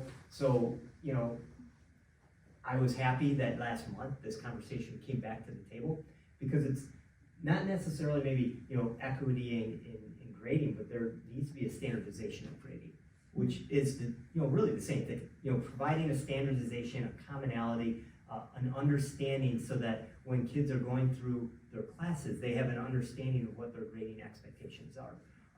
And I do think that there is an opportunity through the curriculum committee, and maybe even another study at the middle school and high school level, of how to bring this back to fruition with the group, and not throw all the work that took place, but really sit down with the committee and have some more conversations, better dialogue, and better understanding of what's taking place, without maybe the current landscape that we were in then, you know, of, you know, what it really means, and is it connected to our strategic plan, and, you know, is this something that we should be moving forward with or not? I think there's an opportunity to bring that conversation back. So is that something we could maybe revisit once we've hired a new superintendent, for example, and have like that structure re-established? I believe that we could do something like that for sure. I was telling some people the other day, we have 3 big things that we have to do in the school district right now, I think. One is hire a superintendent. I think that's one of the major things that we have to do, is hire a superintendent. The second thing I think we have to do is stabilize central office. You know, central office, I really enjoy my job. I enjoy the work that I'm doing right now. I think we do have to stabilize so that there's a level of comfort across the district of you know, knowing that we're doing great work, and that work's going to continue on, and it filters on to our buildings, to our students, so on and so forth. And then the third thing I think we have to do is we have to build a budget for next year. So, I mean, I'm looking at those 3 things as being 3 really important things that we have to focus on. Once we have that in place, I think all of this other work that can really start, we can start diving into it. That's kind of my mindset right now. You know, obviously we work at the will of the board, and how the board wants to kind of drive some of that work, but I really think that those are the 3 things that we need to focus on before we start recognizing that we can spend money or do different things with all of these other areas. So that's kind of where I am right now. And then I also wanted to showcase just what our future reviews are from the curriculum department. So we have the math review that's starting next year, family consumer science, which is starting next year, PE and health, adolescent health, and business. So those are components of reviews that we'll be working with all the departments, the admin liaisons, developing committees around all of those areas next year. In addition to social studies still being in phase 2, art being in phase 2, and trying to keep them all straight. A lot. It is, but it's good work, and we have good people doing it. So moving past this, did you have, you had the narrow focus review on curriculum matters, so this is now the point where we're gonna take this and kind of have some conversation about priorities on this matrix, right? We can do that. I created a decision-making activity. I got 3 different activities we could do, and we don't necessarily have to do them tonight. For one, I don't know if I have the energy to keep talking. Missing a lot of people too. And we're missing some people. And like I just said, I think our 3 major focuses need to be really hiring the superintendent, you know, developing the budget, and stabilizing central office. Once we get to that point, then this work will be, I think, a more smooth process. But what I was thinking that we could do as a committee, start identifying what the most important work is. So we have the list, we have what our committee felt was energy, but we could do a nominal group technique where we take a look, get information from everyone from this committee, maybe everyone from EPLC, individually rank all of these particular areas, have some group discussions about it, and then develop an outcome of what order we were going to prioritize all the work we just talked about in this document. We could do kind of an impact effort matrix where we take a look and gauge the impact and effort required for each of these items, help prioritize that between a balance of what's high impact, what is really gonna be high impact for our students on that list, and what's feasible to even do. We could have an activity, a process where we have step 1 and step 2 that we gather as a team to assess the potential impact of each of those items. So we could take 1 or 2 of the items, talk about what that impact could look like, and then just have a voting kind of system, grab some data, take a look at that, maybe do some surveys, and really bring that information back to the committee to make decisions on what we want to move forward with. That app will really kind of inform what the impact of each of those items we talked about today. And then the other thing that we could do is, what's the cost benefit analysis? We could do that type of an activity as well around each one of those things. So, for an example, moving from a 6-period day to a 7-period day at middle school, do we even want to talk about it if it's going to have a cost impact that we're not able to do? If we're able to do it, let's talk about it. But if not, do we really want that to be a conversation that we want to have a lot of conversation around as a committee? So I mean, these are 3 different activities that I would like all of you to kind of take a look at when we come back maybe next month to have conversation about what one of these 3 things, or maybe we do all of these 3 things as kind of an activity, or maybe you have something even better that we could do as a protocol to start narrowing our focus of what we want to talk about as a group. I don't know if that makes sense for everybody.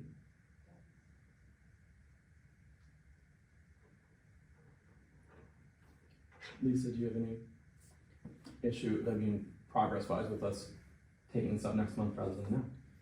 No, not at all. I think actually it's helpful if we take that time and maybe we can dig around especially into some of the cost. I know the 7-period day at the middle school has been an ongoing conversation for years. It definitely has a cost impact. And I think that, and I think, we were talking about what committee does this fit in. I mean, I don't think most of this would fit in community engagement, and I don't think, it fits in curriculum, that's why the curriculum committee was formed. But I think curriculum and finance go hand in hand, because when things start costing money, like the 7-period day at the middle school is definitely a money. Tutorials at the high school, they're expensive to run. We've talked about that for years in this district. The viability of continuing tutorials at the high school level. So I think those are important conversations to have and to look at. They also revolve around bargaining too. So, when we go back to the bargaining table with teachers, I think it's helpful to have these conversations now rather than get in the middle of the bargaining process, because at that point it's almost too late, right? And have those conversations done by EPLC and curriculum and finance. And then we'll have a better idea as we go in and forming a budget, right? We'll be doing our budget parameters before long in the new year, and the initial meeting that's is gonna, Monday, I believe, so the first yeah, meeting. right, so budget parameters are gonna be a big portion of this too, how we wanna allocate our funds here. My recommendation would, the curriculum items that are already on this list, we know that they're gonna eventually be reviewed. My area of interest is to take a look at some of these other items and what is the direction of this committee or the Board of Education to really wanna dive deep into a study on some of these things. So if you wanna dive into the ABCD schedule rotation, that would probably be considered an elementary study committee. So you would task me with developing an elementary studies committee, just like we had the middle school studies committee last year. We would probably spend a year to investigate, take data, take a look at historical information, as Glenn was talking about, the history of that schedule, and then we would make a recommendation to move forward with, as a group. If the idea or the interest level is, let's take a look at advisory and take a deeper dive into that, or some of these middle school components. Maybe we do another middle school study. Maybe we do a study that is called a transition study. What does the transition look like from elementary to middle to high school, making sure that we have a good flow of curriculum content, but also social emotional support and those types of things for our students. So I think we have to kind of narrow that focus, because personally, I don't believe we could do it all at once. We have to do it right. We have to, you know, identify what the most important area of focus should be, and then kind of guide it from there. If it's the grading practices, maybe we bring that back.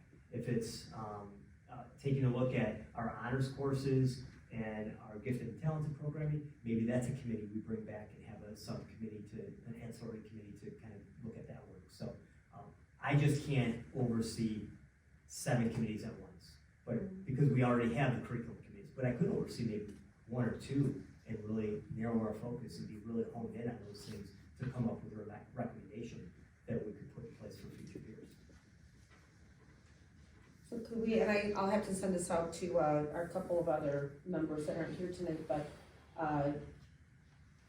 could we, as a committee, is everybody okay with digging into this document? And then when we come back next month, everybody kind of having their own, take on it, and we can kind of discuss collectively what we kind of look in as being a priority at each level. So we have an elementary level, middle school. So I would ask that everybody, kind of go each section and look at, what is in your, and, have your reasons for, why that would be, something we would wanna dig into, and we can have, maybe discussion and, come to some kind of consensus on where we wanna. And Really I'll put our- I'll share this document with you, and then you can share, and That'd be awesome. Everyone can view it, so you can just share it, and it's a Okay. document we can, use from there. And then I'd be happy to sit down with you in the next, week or 2 to develop kind of a process to have conversations next month, and we can develop our agenda together. Absolutely, that'd be great. That'd be awesome. All right, any other questions on our areas of focus? All right, well, with that, I think we have new business. Is there anything, new business, or anything we need to look at besides this? The next?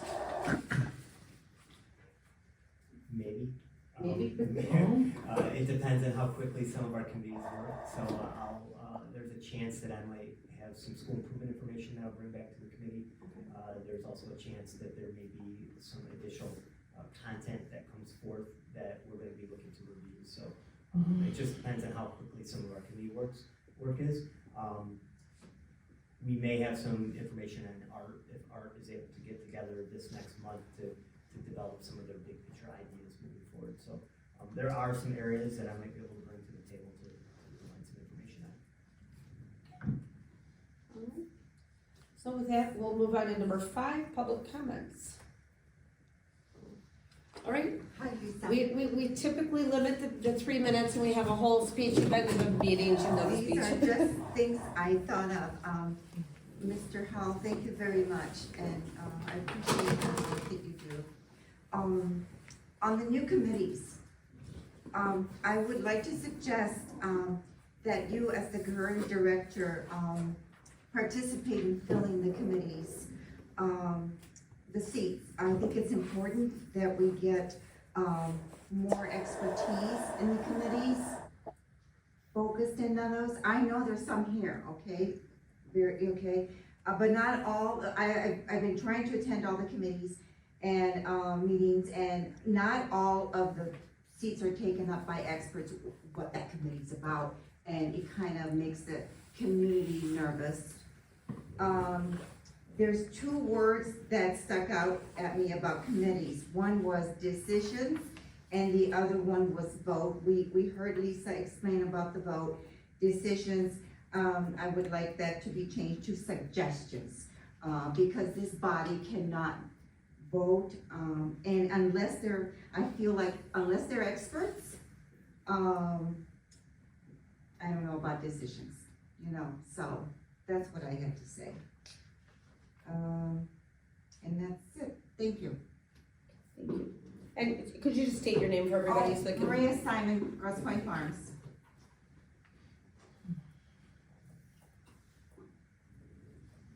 Anybody else, public comments?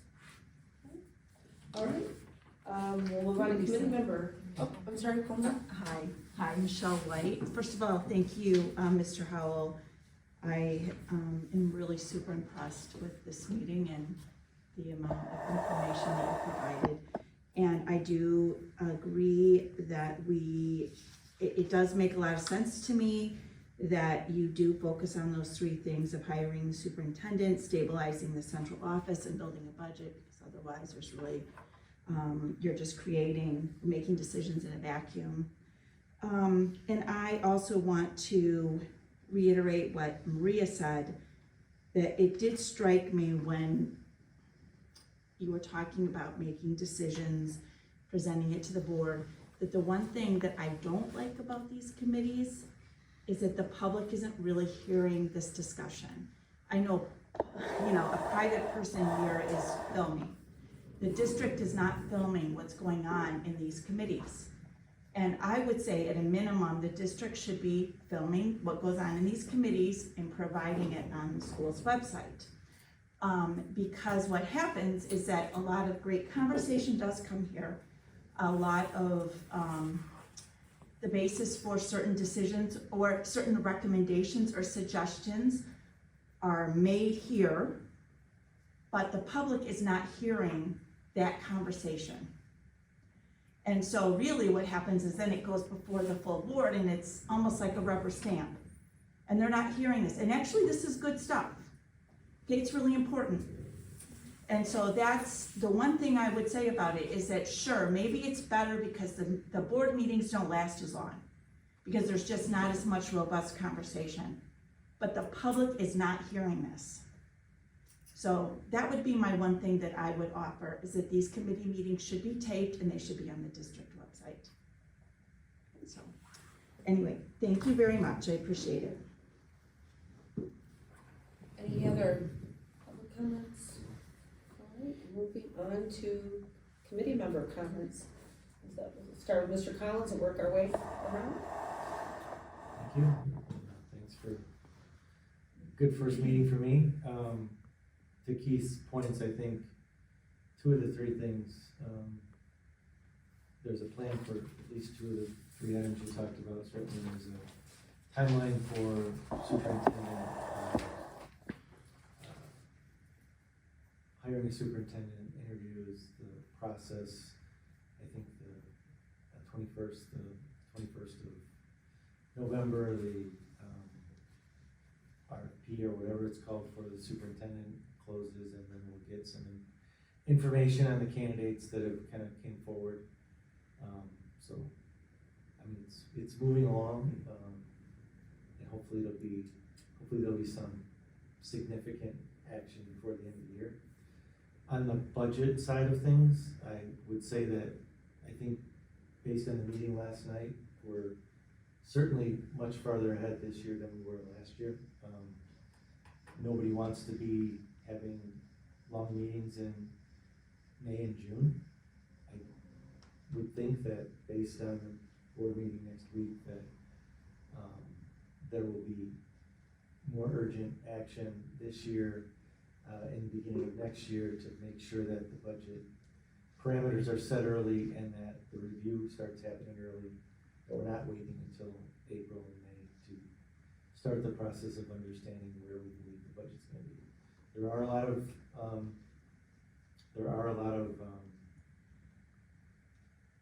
significant challenges with that, and everyone will hear about them next Tuesday in terms of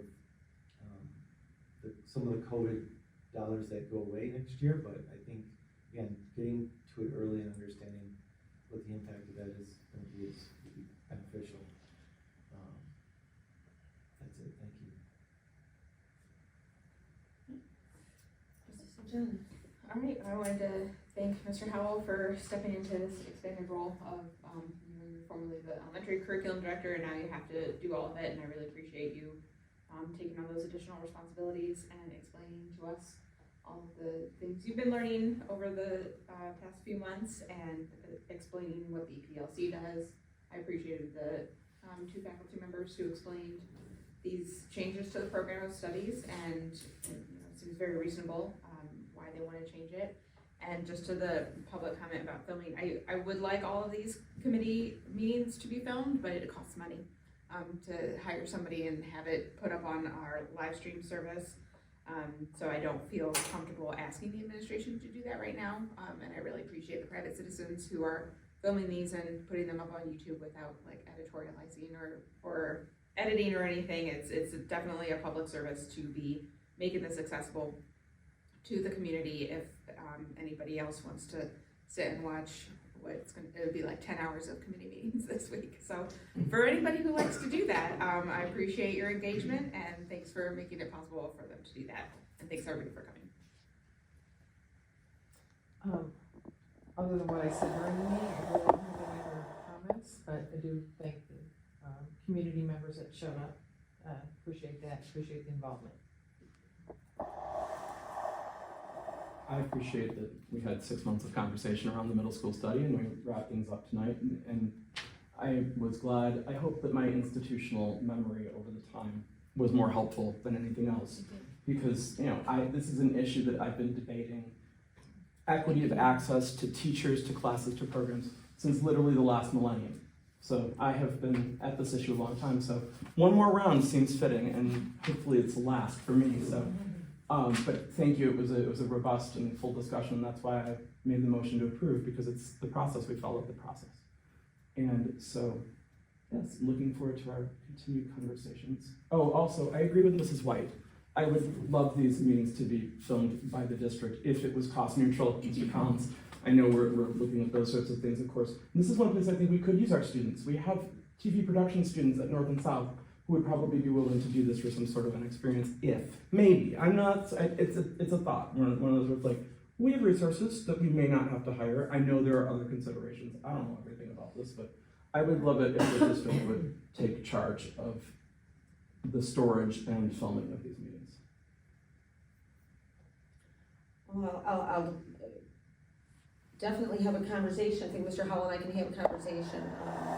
Certainly would have to be a conversation with Mr. Stanley and, and with Mr. Fenton and Dr. Bishop and going forward. And of course, the new superintendent is our priority, and we are handling that as a board. So I think it's going to be an ongoing conversation. I do know that a lot of other districts don't typically take committee meetings, so I don't think that's the standard of what's out in other districts. Doesn't mean we have to be like everybody else, but I do want to, the cost and logistics of it. Obviously, we're able to use this smaller room for our committee meetings, and a lot of the technology kind of things involve the auditoriums. We do our public board meetings at Brownell for that reason, for the most part.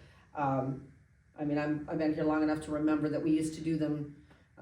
President Ishmael and I talk about that frequently. We used to do the board meetings in the libraries, actually. We bounced back and forth between North and South Library, which wasn't always great, because then we always had every month, it was like if you were a community member, you had to go, okay, which school is it at, this month. There are lots of ways to do these things, and districts do them in different ways. So we'll definitely take those requests and have conversation about the viability cost-wise and logistics-wise of making that happen.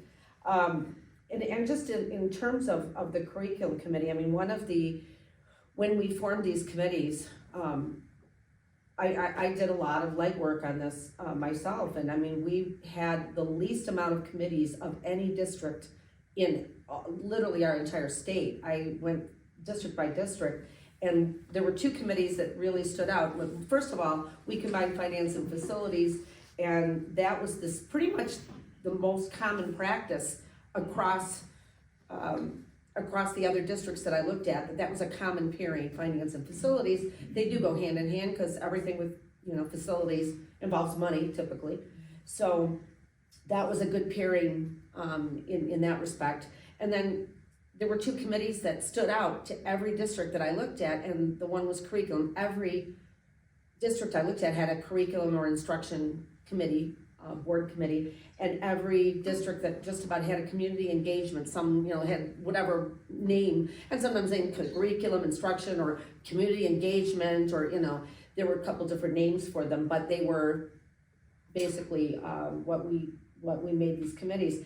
And so, while EPLC's been around, you said 1986 for a long time, I think one of the misconceptions is that, there was not a lot of transparency with EPLC, because nobody even on the board was aware of, if we talk about rubber stamping, we were literally being asked to approve things at the board level after a short, presentation at the board, public board meeting, and we didn't get to have these robust conversations like we were having in these committee meetings.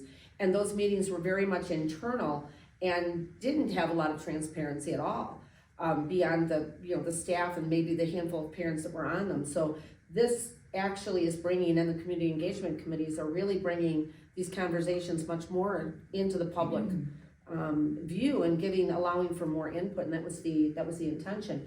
And the other thing, when we talk about experts, I think one of the things I'm most happy about with this committee is that the people that are on, the majority of the members of this committee are educators. These are people that have been in education for a long time, the majority, not all. And I think that's important on a curriculum standpoint. We have a former principal, I'm a current teacher. We have 3, one's not here tonight, but 3 former Grosse Pointe educators, not just, outside our district, but 3 people who worked within our district, and understand our, a lot of things, as Mr. Hipple brought up, he has institutional knowledge from many years ago.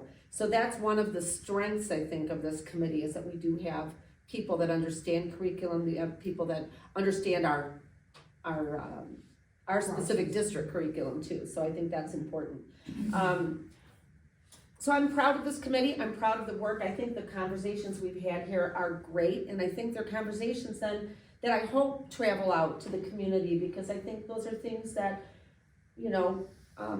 I think a lot of people have interest and input, into what our children study, right? What do we offer? What can we offer? And with the numbers we have and the size and the number of buildings we have, what are we doing well? Can we add to it? Can we subtract? What can we do to make this district curriculum the strongest and best and most robust we can offer? Because ultimately, to me, this is the core. You can take any of those other committees, but this is what we do. This is the business of our district. Take everything else away, this is what we do. And if we don't do this, this is what people come here for. And a lot of people have, a lot of different ideas on what that should look like. But I think the conversations we're having here are important, and I think we have a wonderful committee, and I'm very pleased with all the things. We appreciate all the work you've done, as well as the EPLC, and Keith Howell has been amazing in this role. So thank you very much for all your time and effort, and enjoy our meetings, and look forward to the next one. One of the things I appreciate about the transparency that you're talking about is the opportunity to showcase the excellence of our educators, which is one of the largest strengths of this district, and the fact that they are so reflective on the program of study and the instruction they provide our students, that they are bringing forward ways of changing that to meet the needs of students.